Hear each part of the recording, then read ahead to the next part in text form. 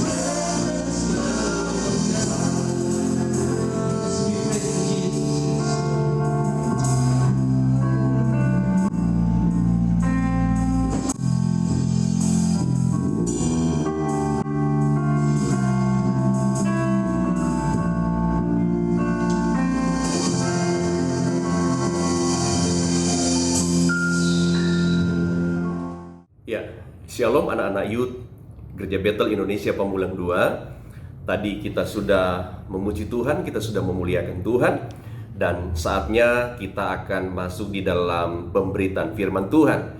Namun sebelum kita akan belajar firman Tuhan di malam hari ini, dalam beberapa menit ke depan saya mau mengajak kita semua untuk tundukkan kepala dan mari kita berdoa di hadapan Tuhan. Bapa Surgawi, kami mengucap syukur karena anugerah Tuhan yang luar biasa buat kami. Kau masih memberikan kami kesempatan untuk bisa beribadah. Sebentar kami akan masuk di dalam pemberitaan firman Tuhan.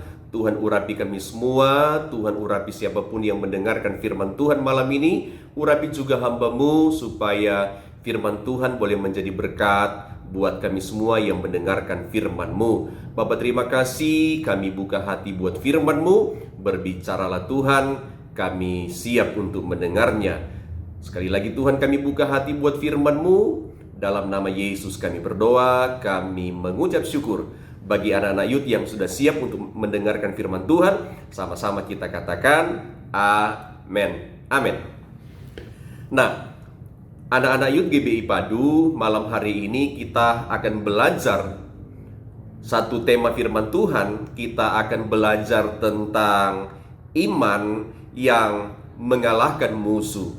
Saya kira hari-hari ini penting untuk kita belajar tentang iman yang mengalahkan musuh, karena hari-hari ini kita semua selalu atau saat-saat ini kita berada pada satu situasi yang sulit, satu situasi yang berat, di mana tekanan-tekanan hidup yang begitu kuat yang pada akhirnya membuat banyak orang mundur dari Tuhan. Bahkan mereka pun yang melayani, mereka mundur dari pelayanan. Nah, untuk itu anak-anak youth GBI Padu, dalam beberapa menit ke depan kita akan belajar tema ini, yaitu iman mengalahkan musuh.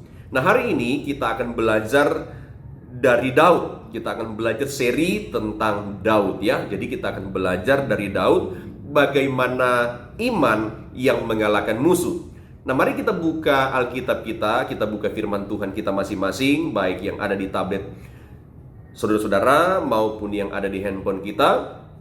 Dalam 1 Samuel pasal 17 ayatnya yang ke-50.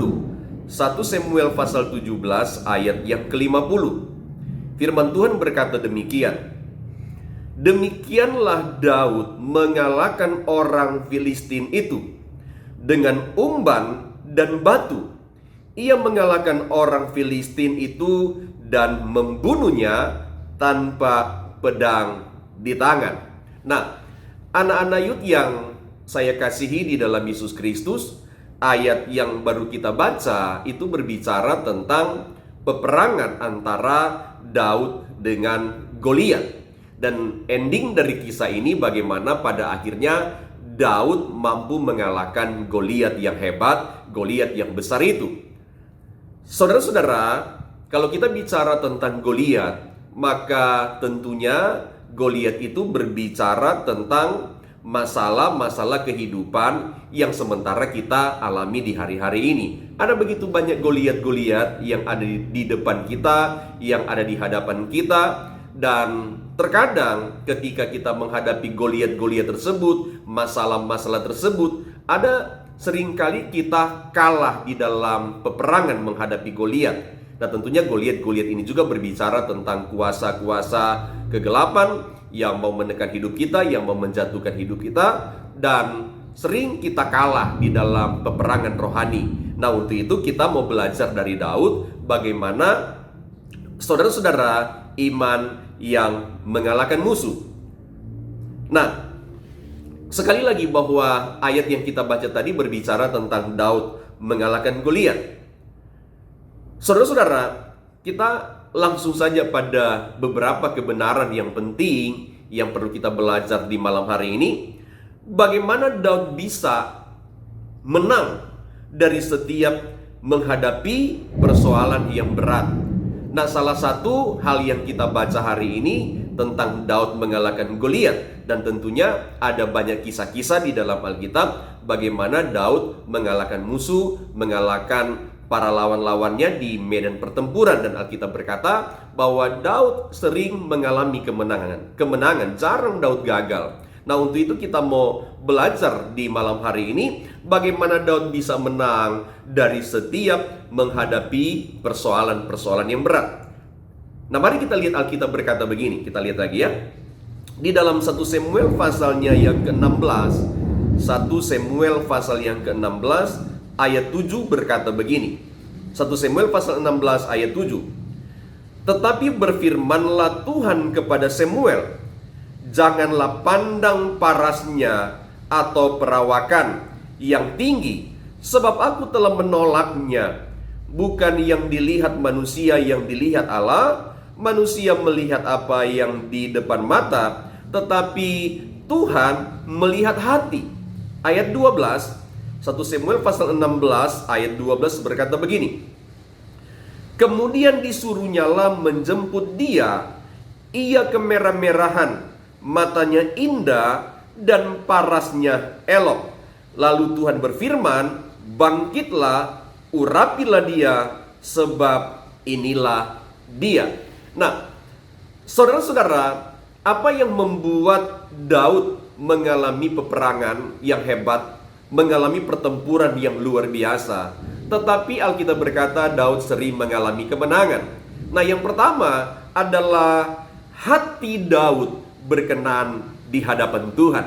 Jadi poin penting bagaimana kita bisa mengalami kemenangan. Tuhan memberikan kita kemenangan di dalam menghadapi setiap badai hidup yang Tuhan inginkan dalam setiap hidup kita, dalam setiap kehidupan saudara-saudara sebagai anak-anak muda, sebagai anak-anak youth di gereja kita. Maka kita harus memiliki hati yang berkenan di hadapan Tuhan, sebagaimana apa yang dilakukan oleh Daud di hadapan Tuhan.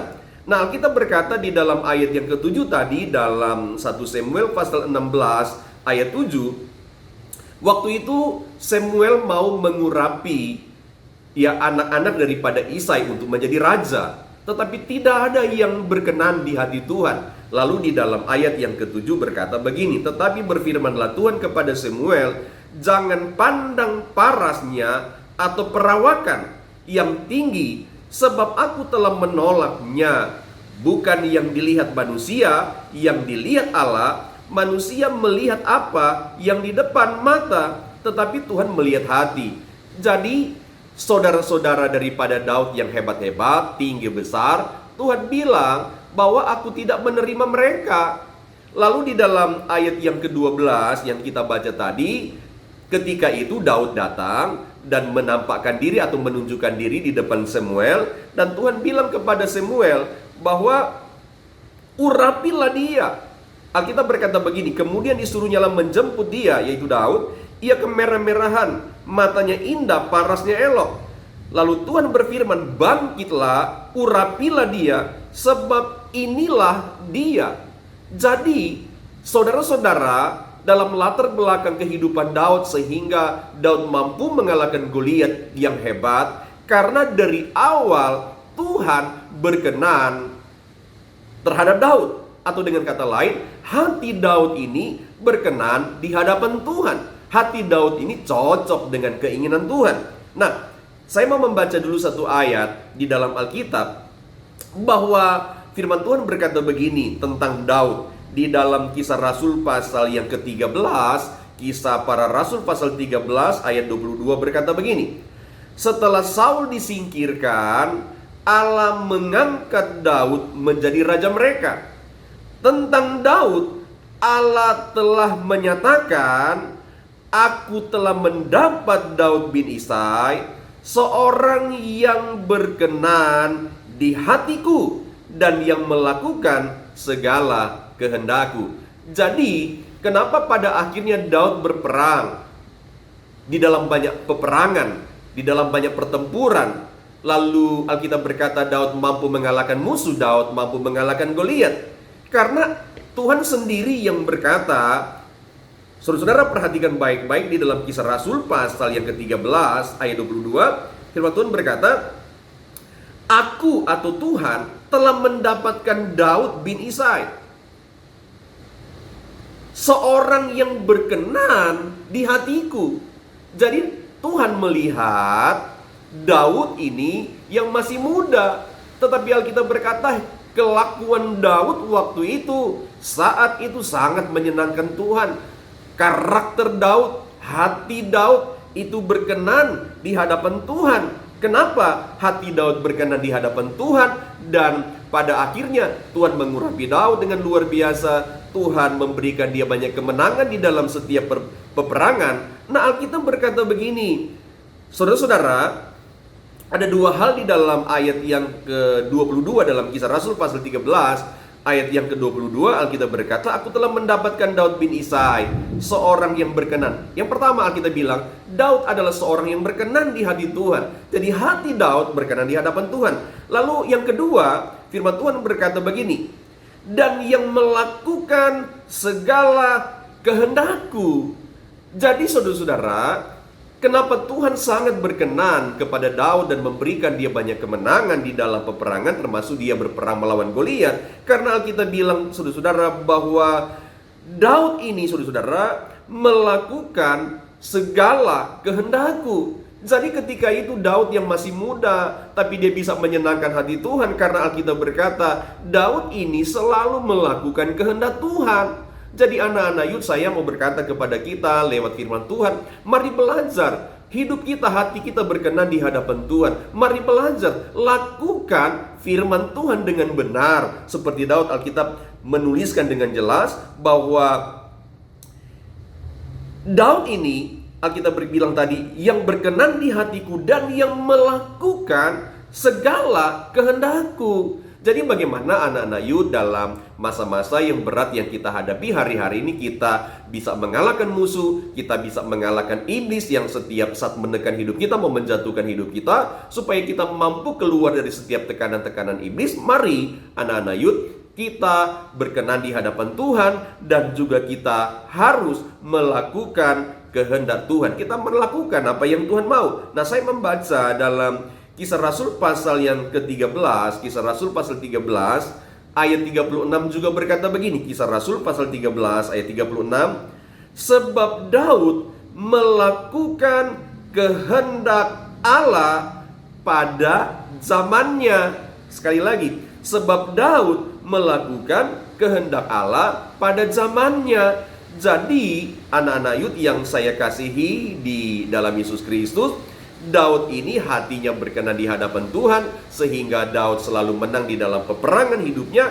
Karena Daud ini, Alkitab berkata, saudara-saudara, Daud melakukan kehendak Allah di zamannya. Nah, saya mau mengajak kita semua anak-anak Yud yang saya kasihi di dalam Yesus Kristus, supaya di zaman ini, di mana kita hidup, di mana anak-anak Yud hidup, supaya kita seperti Daud melakukan kehendak Allah di zaman di mana kita hidup. Hidup kita harus berbeda dengan dunia. Pola hidup kita harus berbeda dengan dunia. Sifat kita bukan sifat dunia. Karakter kita bukan sifat dunia. Tetapi biarlah karakter saudara-saudara adalah memiliki sifat-sifat Allah, yang pada akhirnya membuat hati kita berkenan di hadapan Tuhan. Saya mau membaca satu ayat Alkitab berkata begini, saudara. Dalam Pengkhotbah pasal 5 ayat yang ke-17. Pengkhotbah pasal 5 ayat 17 berkata begini. Jagalah langkahmu kalau engkau berjalan ke rumah Allah. Menghampiri untuk mendengar adalah lebih baik daripada mempersembahkan korban yang dilakukan oleh orang-orang bodoh, karena mereka tidak tahu bahwa mereka berbuat jahat. Nah, Alkitab berkata di dalam kitab Pengkhotbah tadi, jaga langkahmu, jaga langkah saudara-saudara, anak-anak Yud, jaga juga langkah saya. Dan Alkitab bilang, kalau engkau berjalan ke rumah Allah, menghampiri untuk mendengar. Lihat nih, berarti kalau kita mau ke rumah Allah, kita mau beribadah, kita mau ke gereja, Alkitab bilang hati-hati. Karena Alkitab juga berkata, kalau engkau berjalan ke rumah Allah, menghampiri untuk mendengar adalah lebih baik. Artinya apa? Taat kepada Tuhan jauh lebih baik. Tunduk kepada Tuhan jauh lebih baik. Dengar-dengaran kepada Tuhan jauh lebih baik ketimbang kita melakukan korban. Kita boleh mempersembahkan segala harta benda kita yang hebat-hebat, tetapi Kalau kita tidak taat sama Tuhan, kita tidak dengar-dengaran sama Tuhan, kita tidak mendengarkan kata-kata firman Tuhan, pengorbanan kita yang besar menjadi sia-sia di hadapan Tuhan. Nah, saudara-saudara yang dikasihi Tuhan, hal inilah tentunya yang pada akhirnya membuat Tuhan itu berkenan terhadap Daud dan memberikan Daud kemenangan demi kemenangan di dalam setiap peperangannya, karena hati Daud itu berkenan di hadapan Tuhan. Nah, yang kedua yang kita pelajari malam hari ini, bagaimana Daud bisa menang dari setiap menghadapi persoalan yang berat, dan juga bagaimana anak-anak Yud dalam masa muda. Saudara-saudara, kita juga sama bisa menang di dalam segala tekanan-tekanan hidup yang berat yang sementara juga kita alami bersama-sama. Nah, yang kedua, ini penting sekali. Yang dilakukan Daud adalah, Daud kalau ditegur, ini penting ya, dia cepat-cepat bertobat. Saudara-saudara, Daud sekali lagi ketika ditegur oleh Nabi Nathan, maka Alkitab berkata dia cepat bertobat. Dia sadar kalau dia berdosa, dia sadar kalau dia bersalah. Nah, kita mau membaca dulu ya, kita baca dulu dalam 2 Samuel pasal 12. 2 Samuel pasal 12 ayat 13 berkata begini. 2 Samuel pasal 12 ayat 13. Lalu berkatalah Daud kepada Nathan, "Aku sudah berdosa kepada Tuhan." Dan Nathan berkata kepada Daud, "Tuhan telah menjauhkan dosamu itu, engkau tidak akan mati." Kalau anak-anak Yud tahu kisah ini atau cerita ini, ketika itu Daud sudah berdosa di hadapan Tuhan, Daud sudah mengambil Batsheba, istri daripada Uria, menjadi istrinya, dan dia tidur dengan Batsheba. Dan saudara-saudara, perbuatan Daud ini adalah perbuatan yang jahat di mata Tuhan. Tetapi pada akhirnya Nabi Nathan datang kepada Daud dan berkata, "Daud, engkau sudah berdosa." Lalu di dalam 2 Samuel pasal 12 tadi ayat 13, Daud berkata begini kepada Nabi Nathan, kita lihat ulang. Lalu berkatalah Daud kepada Nathan, "Aku sudah berdosa kepada Tuhan." Jadi, saudara-saudara, ketika Daud ditegur, Daud diingatkan, maka Alkitab berkata Daud mengakui dosanya di hadapan Tuhan. Dia berkata, "Tuhan, aku sudah bersalah, aku sudah melanggar hukum Tuhan."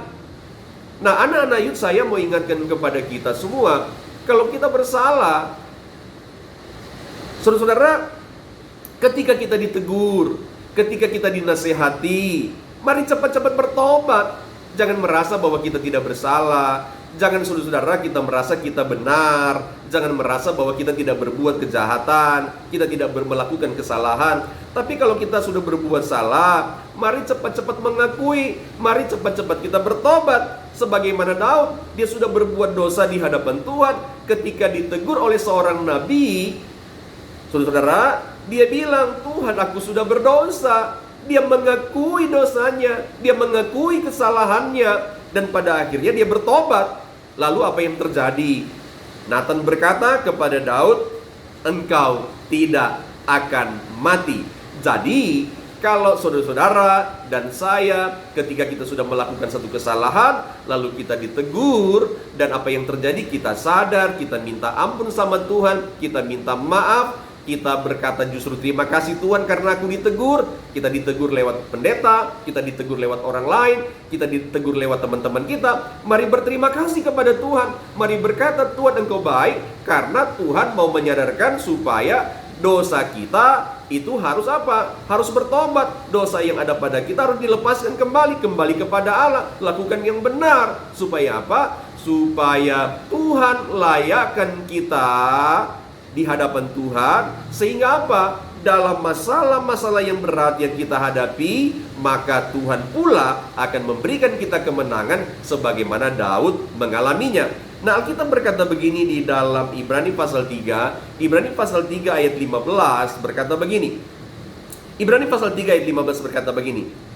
"Tetapi apabila pernah dikatakan, pada hari ini jika kamu mendengar suaranya," sekali lagi, kalau saudara-saudara, anak-anak Yud mendengar suara Tuhan, ketika dengar firman Tuhan, ketika membaca firman Tuhan, mungkin juga ketika mendengar nasihat dari orang lain, Alkitab bilang apa? Janganlah keraskan hatimu seperti dalam kegeraman.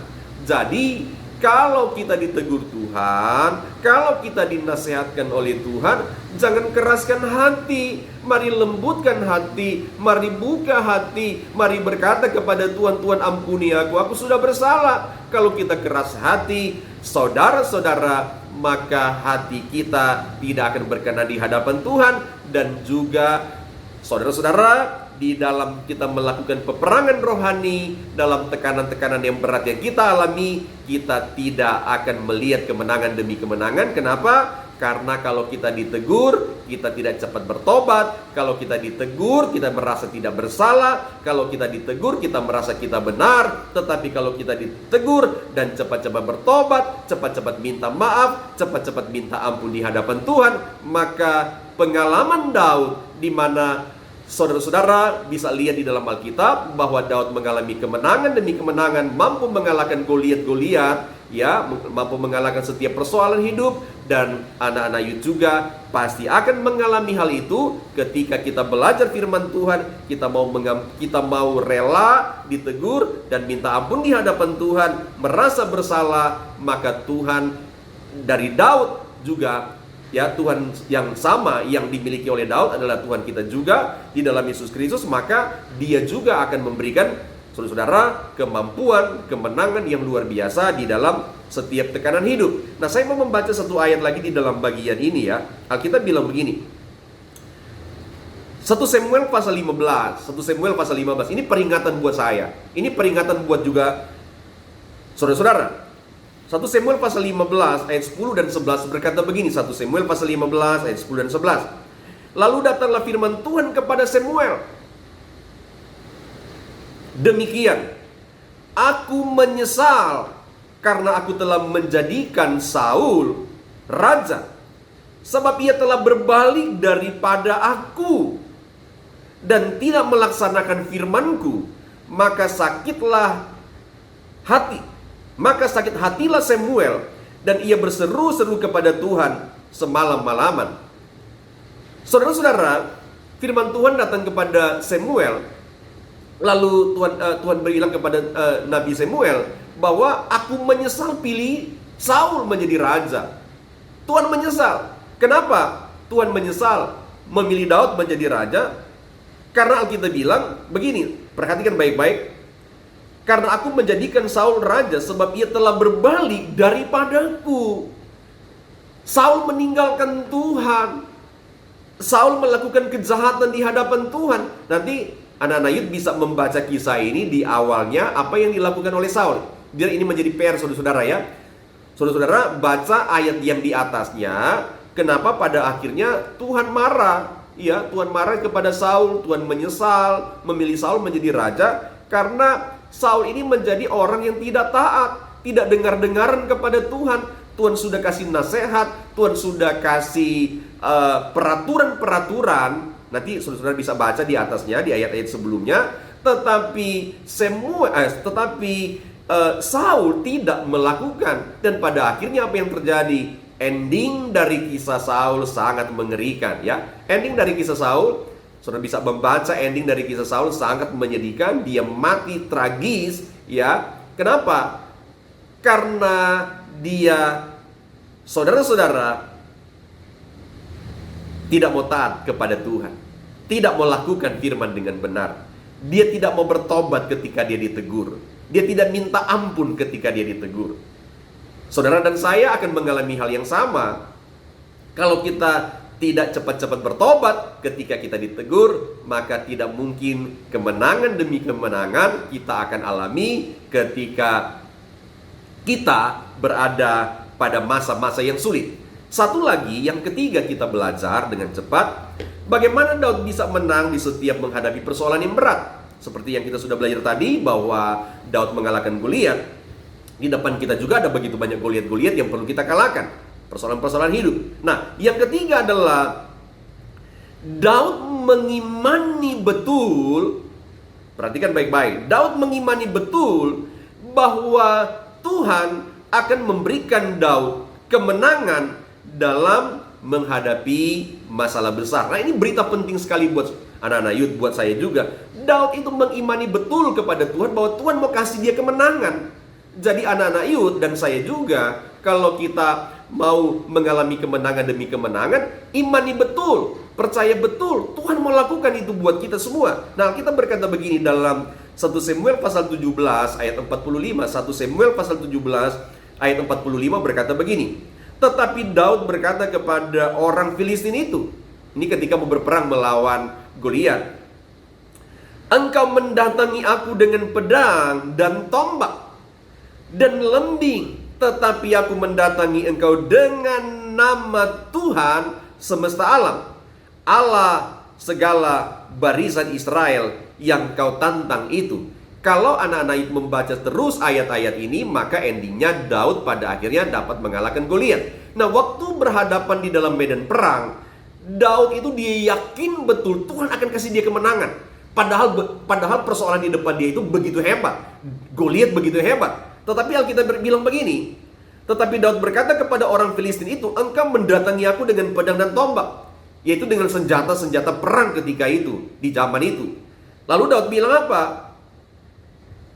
Tetapi aku mendatangi engkau dengan nama Tuhan semesta alam. Jadi Daud yakin betul kalau Daud berperang memakai nama Tuhan, memakai kuasa Tuhan, memakai urapan Tuhan, maka Daud yakin Tuhan pasti akan memberikan dia kemenangan. Nah, saya mau berkata kepada anak-anak youth juga, termasuk kepada diri saya, mari yakin betul, percaya betul dalam situasi dan kondisi yang berat yang kita alami hari-hari ini, Tuhan pasti memberikan kita kemenangan. Tuhan pasti tolong kita. Tuhan pasti buka jalan di dalam setiap peperangan rohani yang kita alami. Alkitab berkata begini sedikit lagi. Yakobus pasal 4 ayat 7. Yakobus pasal 4 ayat 7 berkata, karena itu tunduklah kepada Allah dan lawanlah iblis, maka ia akan lari daripadamu. Nah, kita berkata bagaimana kita, saudara-saudara, mampu hidup berkemenangan menghadapi Goliat. Maka Alkitab bilang kita perlu tunduk kepada Allah. Lalu Alkitab juga berkata iblis harus dilawan. Dilawan dengan apa? Dengan kuasa Tuhan. Dilawan dengan apa? Dengan nama Tuhan. Maka apa yang terjadi? Tuhan pasti memberikan saudara-saudara, anak-anak youth, kemenangan demi kemenangan di masa-masa yang sulit. Saya mau baca satu ayat lagi, memberikan satu contoh bahwa hari-hari ini mari belajar terus-menerus memakai nama Tuhan, pakai nama Tuhan dalam segala hal kita, maka Tuhan pasti akan memberikan kita kemenangan. Nah, kita berkata begini ketika Yesus berpuasa 40 hari, Matius pasal 4 ayat 10 dan 11, saya mau baca satu ayat yang terakhir, Matius pasal 4 ayat 10 dan 11. Maka berkatalah Yesus kepadanya, enyalah iblis, sebab ada tertulis, engkau harus menyembah Tuhan Allahmu dan hanya kepada Dia saja engkau berbakti. Ayat 11 berkata, lalu iblis meninggalkan dia dan lihatlah malaikat-malaikat datang melayani Yesus. Jadi Alkitab mau mengajar saudara-saudara dan saya bahwa ketika kita berhadapan dengan Goliat, mari pakai nama Tuhan dan berkata kepada iblis, enyalah engkau iblis. Tuhan sudah memberikan saudara-saudara kuasa. Tuhan sudah memberikan kita Roh Kudus yang hebat dan ajaib. Pakailah itu untuk apa? Mengalahkan iblis. Supaya apa? Supaya dalam setiap peperangan hidup yang besar, kita tetap hidup di dalam kemenangan yang luar biasa. Jadi ada 3 hal penting yang kita pelajari malam hari ini. Ya, saudara-saudara, bagaimana Daud bisa menang di dalam setiap peperangan hidup, dan juga bagaimana anak-anak youth dan saya bisa selalu menang dari setiap menghadapi peperangan hidup, persoalan yang berat. Maka yang pertama, hati Daud berkenan di hadapan Tuhan. Hati saudara-saudara juga harus berkenan di hadapan Tuhan. Dan yang kedua yang kita pelajari adalah bagaimana Daud bisa menang dari setiap menghadapi persoalan berat atau persoalan hidup.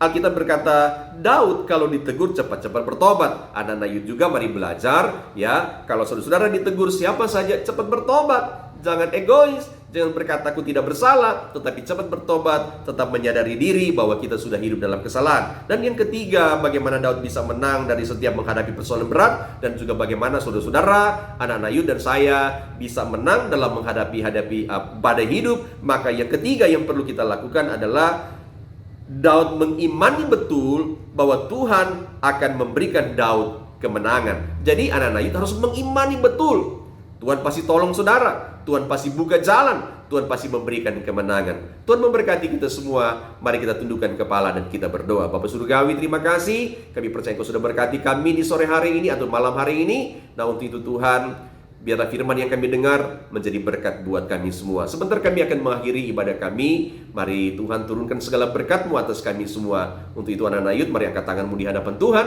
dan terimalah berkat Tuhan. Pulanglah, bawalah seluruh berkat yang luar biasa dari Allah Bapa kita di surga, kasih sayang damai sejahtera dari Tuhan kita Yesus Kristus, penyertaan yang sempurna dari Allah Roh Kudus menyertai saudara-saudara malam ini dan sampai selamanya. Dalam Yesus Kristus kami berdoa dan bersyukur. Haleluya, haleluya. Yang diberkati Tuhan, sama-sama kita katakan amin. Amin. Tuhan Yesus memberkati kita semua. Haleluya.